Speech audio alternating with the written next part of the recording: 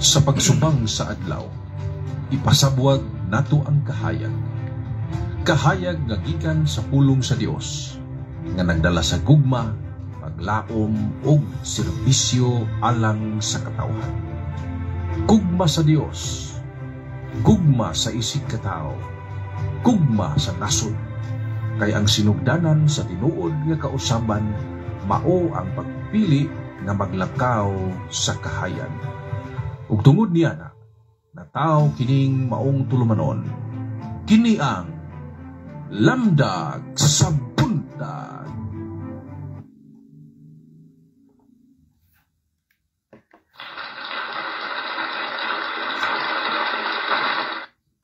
Mayong buntag na to mga kaigsuonan. Welcome sa lain na sang edisyon sa Lamdag sa Buntag, adlawng Sabado, Oktubre 18, 2025. Kini na usab ang inyong igsuon.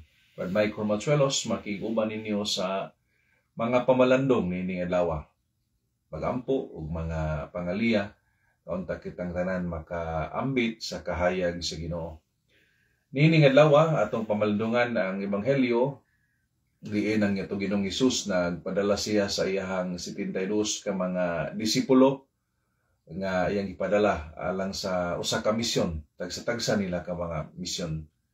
Usa pod ni kapahinomdom natong tanan nga kitang tanan na doon nagyoy misyon. Doon na tayo misyon sa pag-alagad, dili lamang sa pipila, kundi di misyon sa pag-alagad sa tanan. So kumusta man ang inyong buntag? Nakapamahaw na ba? Niining adlaw nga Sabado. Ako murag padong pamamahaw. So namalandong taog una para doon na tayo mapaambit kaninyong tanan mga kaigsunan. Sa tanan mga naglantaw karon atong i-greet ang mga naglantaw na to si akong anakon. Day Elma, Anod, Amor, good morning nimo diha day. Kumusta ang pamilya? God bless you and your family.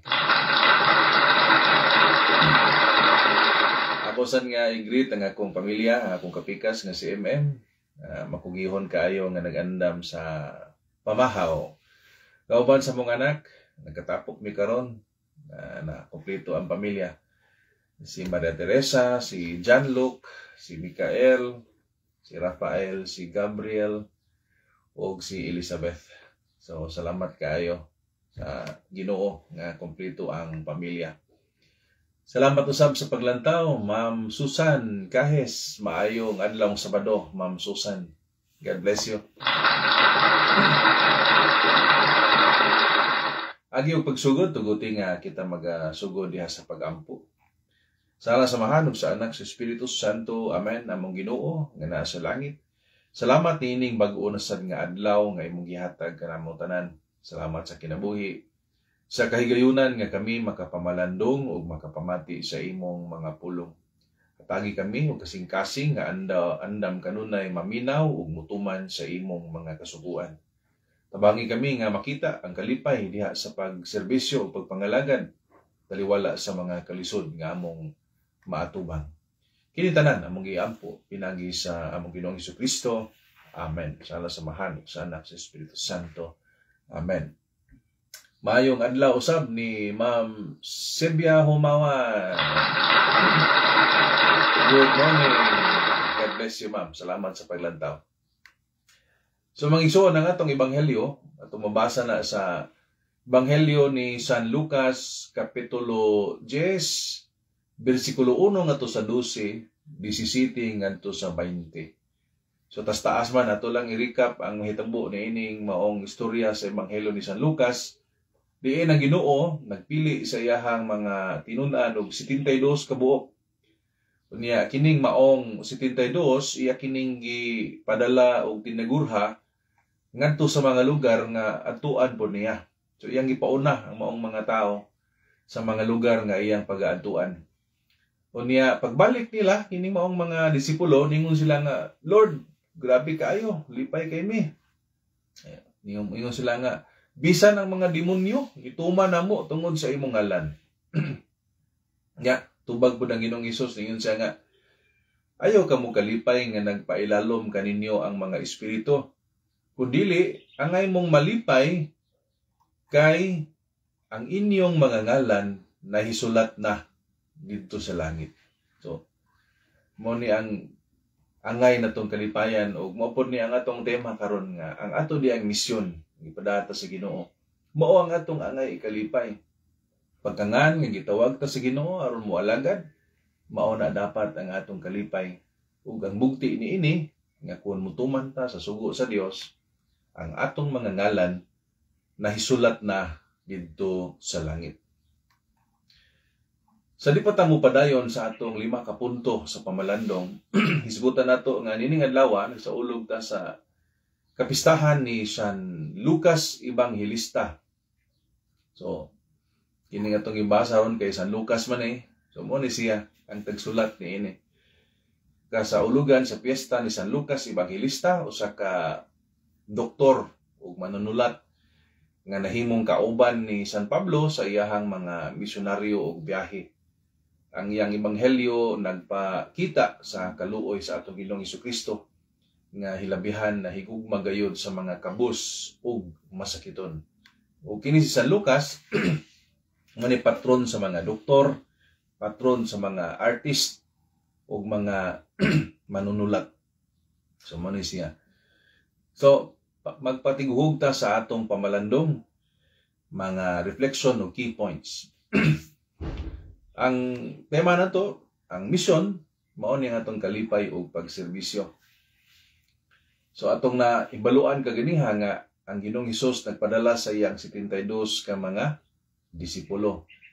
O niya, kuan siya, pagpahinomdom ni nato pod nga ang matag usa nato, do na pod tay misyon diin kita gipadala sa Ginoo. So kitang mga minyo ang atong misyon, una ato ang pagpuyo sa kinabuhing minyo, pag-atiman sa pamilya, paghigugma sa asawa, atiman sa mga anak, no? Yun ana sa akong gabahin mo ni ako ang misyon unya paduol sa simbahan, paduol sa Ginoo, pinagi diya sa iyahang simbahan. Ang tawag sa pagserbisyo dili lang ni para sa mga pare, mga obispo ug mga relihiyoso, kundi tawag ni natong tanan. Gani mas daghan man ang mga laiko nga sama nato, no? Kanang mga dili mga pare nga naa sa kalibutan. 99% man mga laiko. So karong adlaw gipanumduman ta nga ang ato di ang tawag diha sa ordinaryo nato nga mga kinabuhi. Yun sa nato pagpuyo kini maong tawag. Mao ni ang timaan sa tinuod nga misyonaryo nga pagpakabuhi. So una nga punto, kitang tanan, gitagaan og misyon sa Dios ug gipadala sa Ginoo. Ang gihimo sa 72 ka mga apostoles nagpahinumdom nga do na tay katungdanan nga magpaambit gayud sa maayong balita. So mo ni akong gibuhat karon usa pod ni ka paagi nga nagpaambit ta sa maayong balita pagpamalandong kay lagi dili laman ang mga pari mo ay gitawag sa pagpaambit sa maayong balita, no? Kitang tanan diha sa kalibutan sa diin kita gitawag, no? Naman ta sa we are called to the world, to be with the world. Mao man ni ang kinabuhi sa mga laiko. So kitang lang mahimot ang instrumento sa pagpaambit sa pulong sa Ginoo. Una diha sa pamilya nato kay mao man gyud number 1 natong tawag. Kaduha diha sa lugar sa atong trabaho o negosyo. Ikatulo diha sa atong dako nga o gagmay man nga komunidad. So mo ana ta diha magsangyaw sa ato ang mga nasabtan sa pulong sa Ginoo diha sa mahigugmaon nga pagpangalagad. So unsa may ato ang angay hinumduman bisan asa tibutang sa Ginoo didto ta gitagaan og misyon sa Dios, magdala ta og kahayag ug paglaom. So sa pamilya magdala og kahayag, dili ka ngit-ngit, no? Magdala og paglaom, dili kay kaalautan, no? So yung nana sa trabaho kinahanglan nga madayag ang pagpakita sa pagtabang, paggalagad, pagpagaan sa kinabuhi sa uban.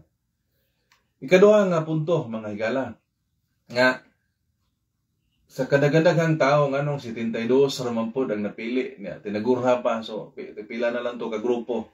No, gamay na lang 36 ka grupo ra.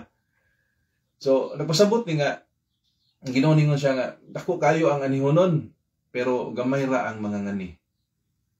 So unsa may atong mahimo ani? Makampo ta nga managhan ang mga magbubuhat diha sa parasan sa Ginoo. Unta managhan ang mga mualagad sa parasan sa Ginoo nga mahimong masangyawon po diha sa ilang kinabuhi. Sa panahon ron, modernong panahon, daghan kay mga tawo nga nanginahanglan og paglaom, nanginahanglan og pagpahulay og tinuod nga kalinaw.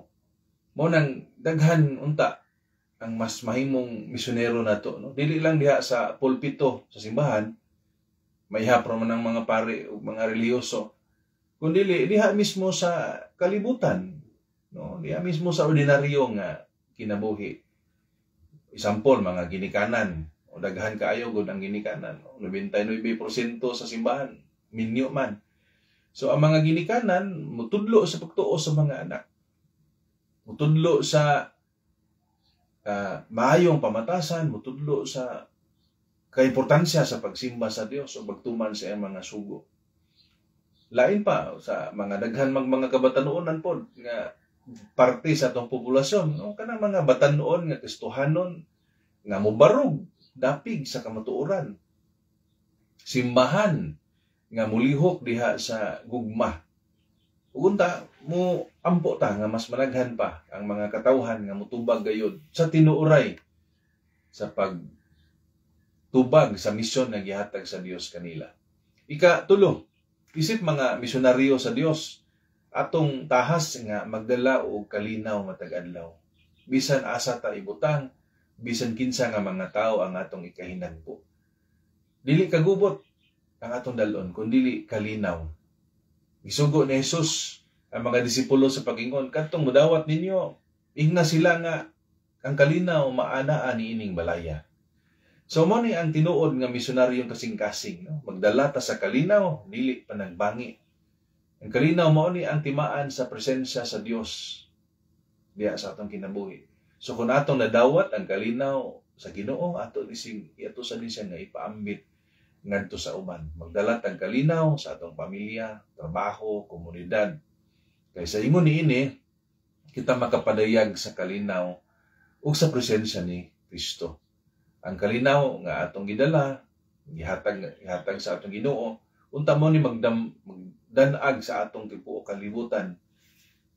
Kung kini magsugod sa atong kasing-kasing isip sa katawo nga Kristohanon, dali na lang nato ni siya mapaambit ngadto sa andam pod maminaw sa pulong ug kabubuton sa Dios. Dili man tanan andam maminaw, pero at least naman jud poy mga tawo nga andam maminaw. Ug napoy dili maminaw, di lang puta makiglaglis. No? So mato pas Ginoo, di mo dawaton na ng balaya, adto mo sa laing balay. No? So yun ana.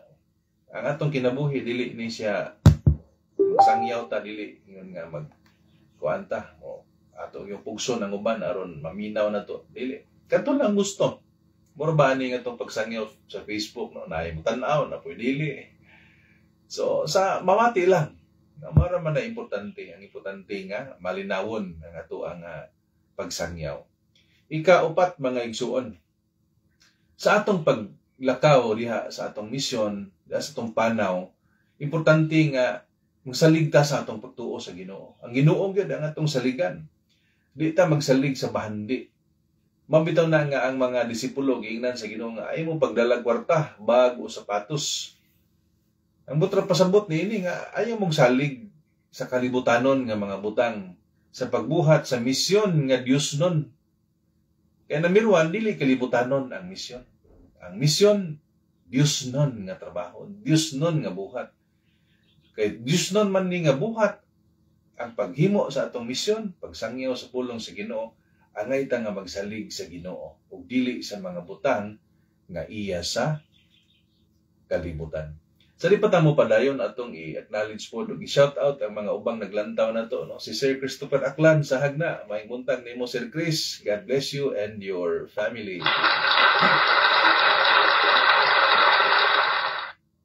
Ni Carl Balistoy, good morning Carl.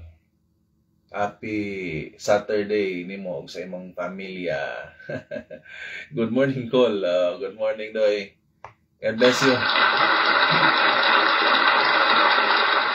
Sa ako sad nga igsuon nga si Janet nga naa sa US. Good morning. Baning. God bless you today.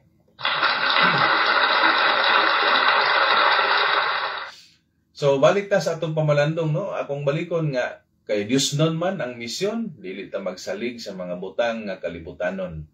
Tungod kay ang atong misyon wala na kinahanglan og daghang material nga butang. Apan ang gikinahanglan niini, ang pinakadako nga gikinahanglan niini mao ang pagtuo ngadto sa Dios. Kay ang tawo nga masaligon sa Dios bisan pag walay kagamitan, makabuhat sa dagkong mga butang tungod sa grasya ug panabang sa Dios. Ika-5 nga punto, mga kaigsuonan. Kalipay sa pagserbisyo mao ang importante diha sa misyon.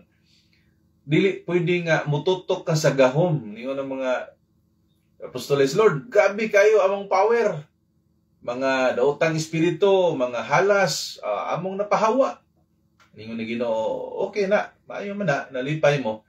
Pero ang importante nga angay kalipayan, mao ang kahigayunan nga kita nakaalagad sa uban. Ang kahigayunan nga kita gitagaan sa Dios nga mahimong instrumento sa iyang mga kamot aron maghatod sa iyang kalinaw, grasya, pasaylo ug gugma ngadto sa uban. Mao ni ang pinakaangay natong tutukan, dili ang gahom. Aksidente na lang nang dunay gahom ang atong pagka magsisangyaw, ang atong pagka misyonaryo. That's part of the territory, no? Aksidente na lang na, but ang atong focus should be that the Lord has given us the opportunity to be His missionaries, to be His hands, to serve others with love, with mercy, and with forgiveness. Kana mo na pinaka-importante. Ang tinuod nga kalipay, dili makit-an sa kadaugan, sa gahom o mga pasidungog sa kalibutan, kundili ang tinuod nga kalipay anaa diha sa pagpaubos o pagpasalamat kanunay sa Dios. Ang tinuod nga misyonaryo malipay sa pagserbisyo bisan walay mupakpak, bisan walay makadungog, bisan walay makakita sa iyang mga buhat nga matarong. Kay siya nahibaw man og nakaila nga ang iyang trabaho dili alang sa kalibutan. Ang iyang trabaho og bisyon alang sa Dios. Mo nang malipayon ra gyud ta mag-alagad sa Ginoo bisan pag walay mupakpak nato diha, no? Ug napoy mo appreciate nato atong ibalik ngadto sa Ginoo kay in the first place ang Ginoo mao man ang nagpahiluna sa tanan, no? So maayong buntag pod, no, sa atong lain nga naglantaw nining orasa, Ma'am Riza Padilio sa Talibon. Ma'am, maayong buntag nimo and your family. God bless you. Salamat sa paglantaw. So arita sa mga practical nga applications, no, nga pwede nato mahimo nining adlaw. So ako maning balik-balik kanunay nga importante kaayo isip mga misyonaryo sa Dios diha sa atong adlaw-adlaw nga kinabuhi. Magpasalamat ta. Mo ni number 1, magpasalamat ta sa Ginoo nga gigamit ta sa Ginoo nga mahimong iyahang instrumento sa gugma diha sa atong pamilya, diha sa atong trabaho, diha sa atong simbahan o diha sa atong katilingban. Ikaduha, buhat kag maayo bisan way makakita, no? Trabaho lang yun, pahalag way makakita, basta ang importante naghimo ta sa sugo sa Dios, kaya ang Dios mo importante nga malipay sa ato nga kinabuhi. Katulo, ako maning gisgutan ganiha, no, nga kung makadawat ta og dungog atong ipasa ang dungog ngadto balik sa Ginoo. Mo na mingon ta nga, salamat Sir Mike, o mingon ita. Ang importante, salamat sa Dios. Ang importante magpasalamat sa Dios. To God be the glory. Kaya ang tanang mga maayong butang, ako personal na kong mahimo panalitan, dili na ako Nga naman, kay only God is good. Sato pa, kung nakahimo kong maayo, ang akong nahimo daing maayo, dili gikan mismo nako, kundi usa ka grasya nga gipaambit sa Dios, pinaagi nako, giagi nako. Pero ang tuburan ug ang hinungdan sa maong kaayo, mao ang Dios. Mao na nga tinuod nga angay pasalamatan ug mudawat sa pasalamat mao ang Dios. No? So yun na ang paagi. Unya ikaw pat unay mga tawo nga naglibot nato nining adlaw nga medyo naluya sa ilahang pagtuo sa Ginoo. atog tabangan. So bisan kinsa man ang mga tao nga medyo naluya silang kinabuhi nga naglibot na to atong misyon nga kita mahimong kaabag nila aron mabalik ang ilahang kusog. Ika-5 nining adlaw nga kita mahimong instrumento sa kalinaw ug pagtuo ngadto sa matag panimalay nga atong adtuan. Kung asa mga nita makasuroy rong adlaw kinsa mang pamilyaha ang atong maistorya o mga tao unta sa atong paghinagbo nila makapaambit ta sa kalinaw ni Kristo nga naa sa atong kasing-kasing ug mahimo unta tang makapalig-on usab sa pagtuo sa mga tao nga atong ikahinabi, ikahinagbo ni ining adlaw. Okay, no? So salamat kaayo. Unya, karong adlaw, ang atong challenge ron nga buhat ta sa mga butang nga iya sa Ginoo sa tumang pagpaubos, no? Walay pagpasigarbo. Hilom lang na pagbuhat sa atong misyon alang ni Kristo. No, kita taday hugason ay nasigyaw-yaw. No, ikaw may manghugas. Naidaghang mga silhigon, ayaw sige saba panilihig, no? Panglimpyo nga malipayon. Kanang mga buhat nga maayo, buhata nga walay kusmon, buhata nga walay daghang pagpangwinta. Ana, no? Hilom nga mubuhat unsay maayo. Kaya angay ta malipay nga ang atong mga ngalan nahisulat na sa libro sa kinabuhi didto sa langit.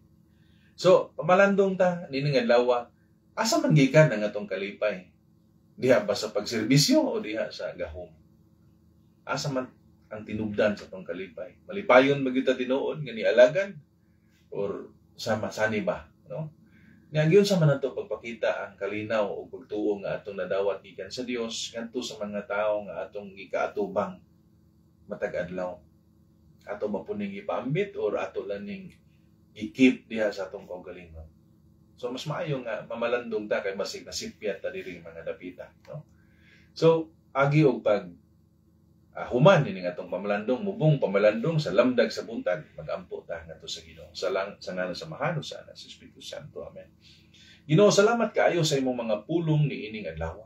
Tunduoy kami nga makasunod sa mga lakang sa imong 72 ka mga disipulo nga imong ipadala aron magsangyaw, magdala og kalinaw, maglakaw uban ang pagtuo ug mag-alagad uban ang kalipay. Ginoo, unta imong isulat among mga ngalan ngadto sa langit. Ug unta imo kaming kanunay nga panalipdan diha sa imong gugma. Kining tanan among ipangayo, ipasalamatan sa ngalan sa imong bugtong anak nga si Jesus among Ginoo. Amen. Sa ngalan sa Mahal ug sa Anak sa Espiritu Santo. Amen. Mga igsuon, hinaot ngang mga pulong karong adlaw nga atong napaambit, nagpahinumdom nato nga kitang tanan gipadala sa misyon sa pagserbisyo ug pagdala og kalinaw. Unta kini nga kasayuran maghatag nato og kalipay. Kini gihapon ang inyong isuon. But Michael Matrelos, inyong kauban matag Lunes ngadto sa Sabado, lamdag sa buntag. Makita ta og mga adlaw sa samang gihapong oras, mga alas 6:30 na to sa 7:30, buwan ang mga bagong pulong, bagong kahayag, o bagong paglaom diha kang Kristo. So maayong buntag kaninong tanan, o ang Dios magapanalangin ka natong tanan, o magaamping ka natong tanan, o unta magadala ka nato pag-abot sa panahon, ngadto sa himayang dayon dito sa langit.